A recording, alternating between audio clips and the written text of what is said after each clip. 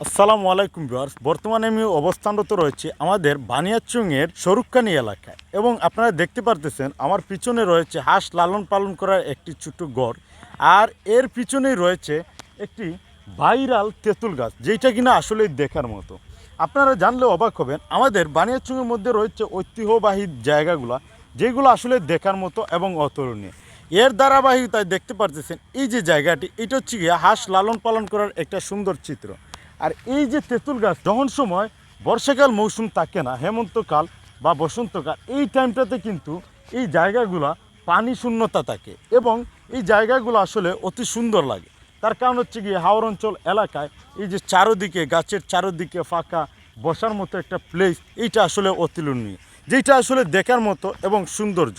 এটা আমাদের গ্রামের সৌন্দর্য এবং ঐতিহ্য। গ্রামের প্রতিটা জায়গায় কিন্তু সৌন্দর্যের অপরিসীমতায় পরিপূর্ণ। আমি প্রতিনিয়ত চেষ্টা করি আমাদের গ্রামের সৌন্দর্যগুলো আপনাদের সামনে উপস্থাপন করার জন্য। ভিডিওতে আমি চেষ্টা করলাম এই যে তেঁতুল গাছ, এটা কিন্তু অনেক ঐতিহ্যবাহী এবং পুরাতন, বছরের পর বছর এইটা এইখানে দাঁড়িয়ে আছে। এটা আসলে অতি সুন্দর একটি চিত্র। তাই আমার মনে হলো এই শরুক্কানির, বানিয়াচংয়ের শরুক্কানির যে একটা তেঁতুল গাছ বা এই যে সুন্দর চিত্রগুলো আপনাদের সামনে উপস্থাপন করাই ছিল আমার মূল লক্ষ্য।